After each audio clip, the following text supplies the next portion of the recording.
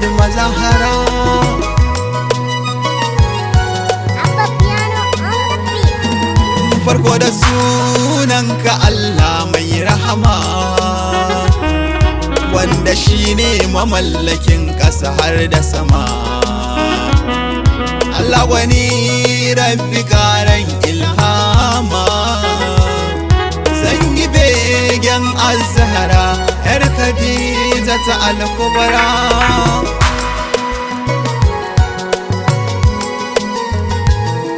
Ya ilahi ƙaro yarda da aminci a gare tafiyayyar mata mai yanci, ita da dukkan alil baiti na managarci. Allah ka sa da sabati da dukkanin mai matakara.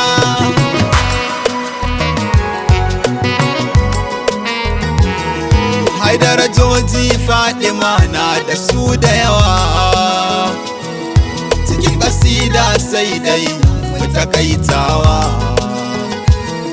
Ta zata duka mata kyau ban ware kowa, shugabar matan aljanna Fatima ma'ana Az-Zahra.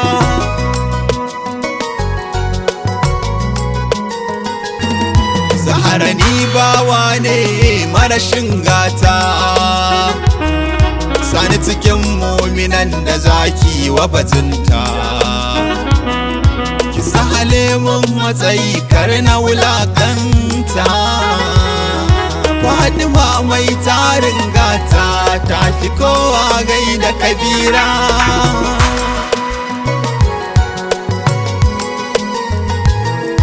Idan ka kasa gane inda kayo shuka,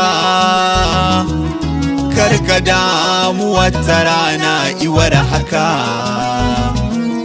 Ruwan da za ya sauka shi zai nushe ka, rayuwa cike da sarka, shawara kawai ku lura.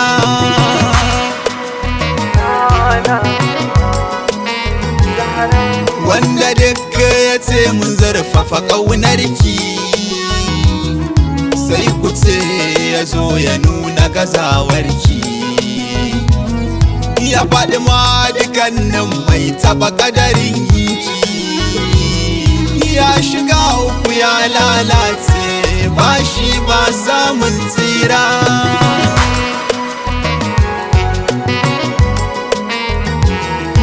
Idan ka cuce ta ka cuci manzan Allah ne, don aka so ƙaunar ta ga kowa tilas ne. In ka faranta wa Zahra kai ɗan baiwa ne, ƙaunar azima dace ne, yarda da ni na Nazira.